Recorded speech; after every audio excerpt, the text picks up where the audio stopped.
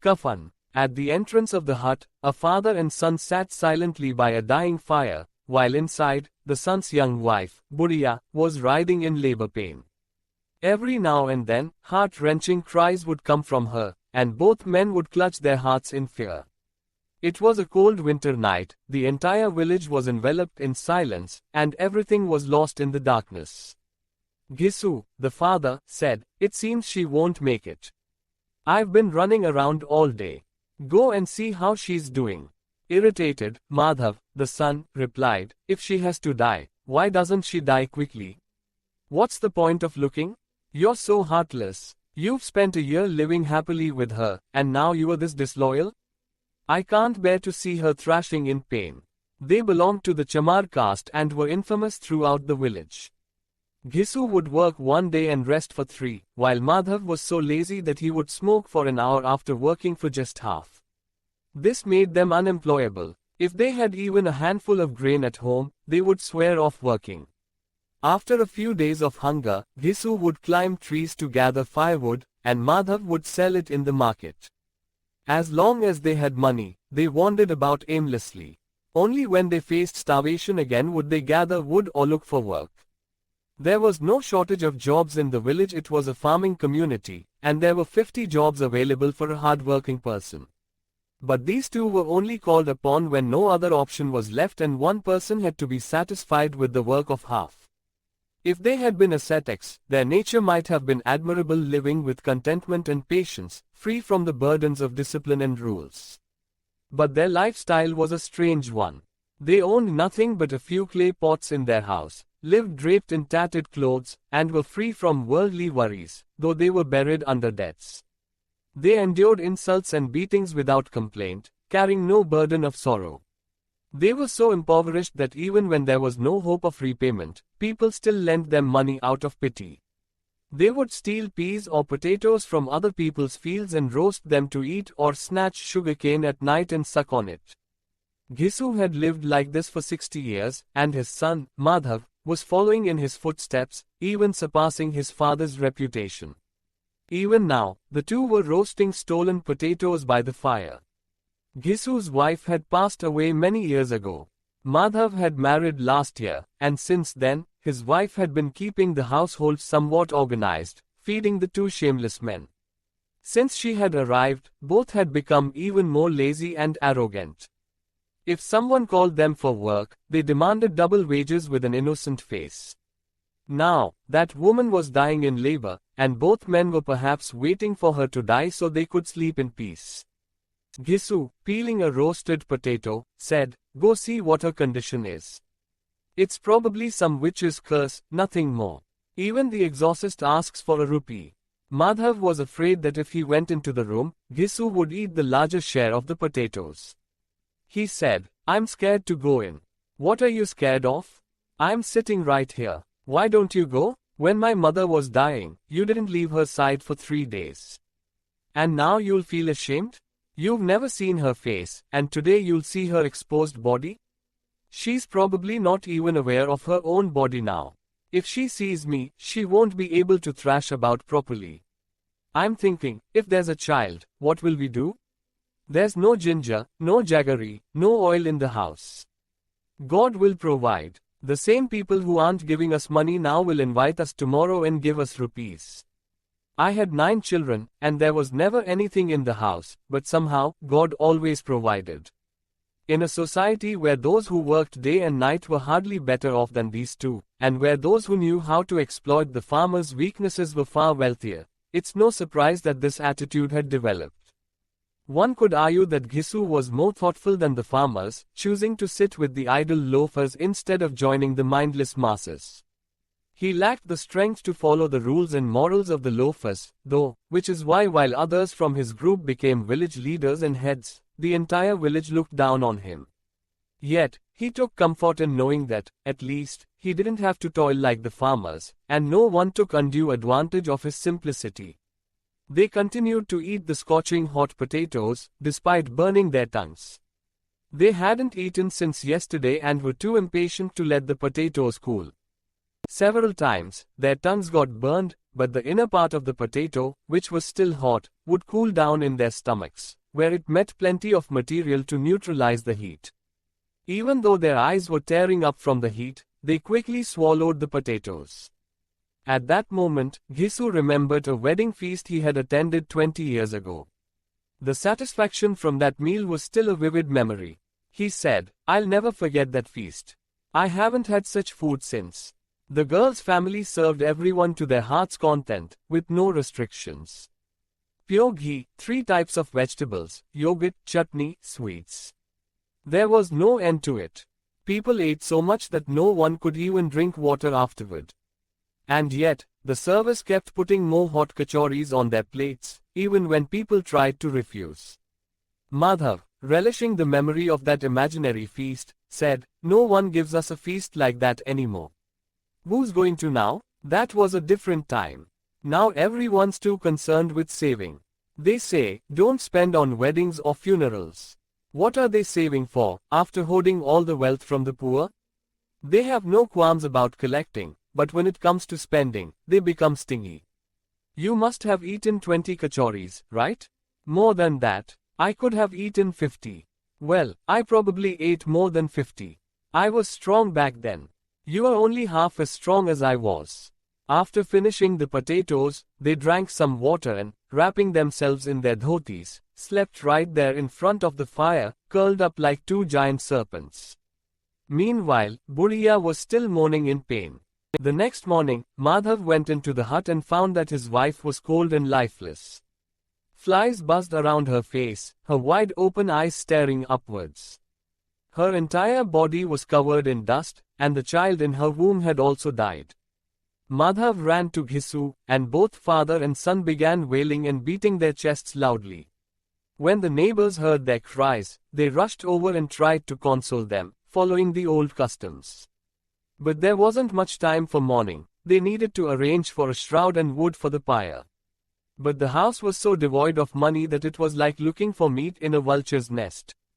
Father and son, still weeping, went to the village landlord. The landlord despised them, having beaten them multiple times for stealing and for failing to show up for work as promised. He asked, "What's wrong, Ghisu? Why are you crying? I haven't seen you around lately. Seems like you don't want to live in this village anymore."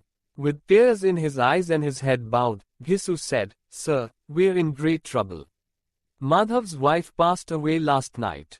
She was in agony all night, and we sat by her side until the end. We did everything we could, but she betrayed us and left. Now there's no one to give us even a piece of bread.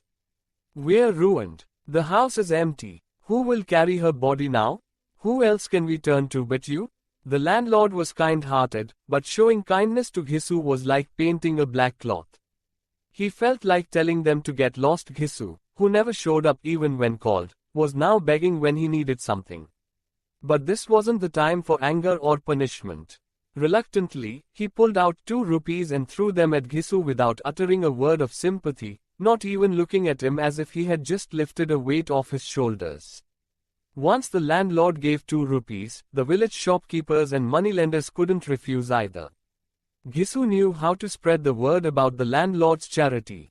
Some gave 2 annas, some 4. Within an hour, Ghisu had collected 5 rupees. They managed to gather some grain and wood, and by noon, Ghisu and Madhav set off for the market to buy a shroud. Meanwhile, others began cutting bamboo for the funeral pyre. The village's kind-hearted women came to see the corpse and shed a few tears for its misfortune before leaving. What a terrible custom that someone who didn't even have rags to cover her body in life now needed a shroud in death. The shroud would just burn with the body anyway. If they had gotten those 5 rupees earlier, they could have bought medicine or some food. Both father and son understood each other's thoughts without speaking. They wandered around the market, looking at various clothes, silks and cottons, but nothing seemed good enough. By evening, they found themselves, as if by some divine inspiration, standing in front of a liquor shop, and, as if following a pre-planned course, they went inside. For a moment, they stood hesitantly at the counter. Then Ghisu walked up and said, "Saheb, give us a bottle." Soon, some snacks arrived, followed by fried fish. The two sat in the veranda, peacefully drinking. After downing several drinks, they became intoxicated. Ghisu said, "What's the point of buying a shroud? It'll just burn anyway. It's not like it'll go with her." Madhav, looking up at the sky, as if seeking validation from the gods, said, "That's just the way of the world. Otherwise, why do people give priests thousands of rupees? Who knows whether they'll receive anything in the afterlife or not? The rich have money, so they burn it. We don't have anything to burn. But what will we tell people? They'll ask, 'Where's the shroud?'" Ghisu laughed, "We'll say the money slipped from our waistband. We searched everywhere but couldn't find it. People won't believe us, but they'll give us more money." Madhav, laughing at their unexpected luck, said, "She was a good woman, though. Even in death, she treated us to a feast." Ghisu ordered 2 more plates of puris, chutney, pickles, and liver. Madhav hurriedly brought everything back, spending another ₹1.50. They had only a few coins left now. Sitting proudly, they ate their puris like lions devouring their prey in the jungle. There was no fear of accountability, no concern about their reputation. They had long since conquered such feelings. Ghisu, in a philosophical mood, said, "If our souls are happy, won't that bring her blessings?" Madhav bowed his head in reverence and agreed, "It definitely will. God, you are all-knowing. Take her to paradise. Both of us are blessing her with all our hearts. We've never had such a meal in our lives." A moment later, a doubt crept into Madhav's mind. He asked, "Father, we'll go there one day too, right?" Ghisu didn't respond to this innocent question. He didn't want to spoil the pleasure of this moment by thinking of the afterlife. Madhav pressed on, "But what if she asks us why we didn't give her a shroud? What will we say? We'll say, 'To hell with you.' Of course, she'll ask, 'Do you think I'm an idiot? I've been living in this world for 60 years. She'll get a shroud, and a much better one than this." Madhav didn't believe him. "Who'll give it? You've already spent the money. She'll ask me I was the one who filled her hair parting with vermilion." Getting angry, Ghisu said, "I told you she'll get a shroud. Why don't you believe me? Who will give it? Just tell me." "The same people who gave this time. But next time, the money won't be in our hands." As darkness deepened and the stars shone brighter, the tavern became livelier. Some sang, some boasted, some embraced their companions. The air was thick with intoxication. The tavern's atmosphere itself was intoxicating, just being there made people drunk. Life's struggles faded away, and for a while, people forgot whether they were living or dying, or whether they were neither living nor dying. Father and son, still sipping their drinks, were the center of attention. Everyone watched them in awe. They were so fortunate, with a full bottle in front of them. After eating to their hearts' content, Madhav took the leftover puris and handed them to a beggar who had been eyeing them hungrily. For the first time in his life, Madhav felt the joy of giving. Ghisu said, "Here, take it, eat, and give us your blessings. The one who earned this is dead, but your blessings will surely reach her. Bless her with all your heart, it was hard-earned money." Madhav, looking up at the sky, said, "She'll go to heaven, father. She'll be the queen of heaven." Ghisu stood up, as if floating on waves of joy, and said, "Yes, son, she'll go to heaven. She never hurt anyone, never oppressed anyone. She fulfilled our greatest desire before she died. If she doesn't go to heaven, then those fat people who rob the poor and bathe in the Ganges to wash away their sins won't go either." Their reverence quickly turned to sorrow and despair, as is often the case with drunken minds. Madhav, now weeping, said, "But father, she suffered so much in her life. She went through so much pain before she died." Covering his eyes, he began to wail. Ghisu consoled him, "Why are you crying, son? Rejoice that she's free from this world's illusions, free from its bonds. She was very fortunate to break free so soon from the bonds of illusion and attachment." And the two, standing up, began to sing, "Why do you flutter your eyes, trickster?" Then they began to dance, jumping, leaping, falling, and rolling in their intoxicated frenzy. Finally, overcome by the drink, they collapsed where they stood. The story ends here, Tarankan. This story was originally written by Premchand. a legendary author of Hindi literature almost 100 years ago. Do let us know if you like the story. If it so happens that you did not like the story, even then, please let us know your choice so that we can find something you would like to listen. If you like the story, tell your friends as well. If you want to enjoy more stories like these from so many other Indian authors, subscribing the channel would make it easy. Bye for now.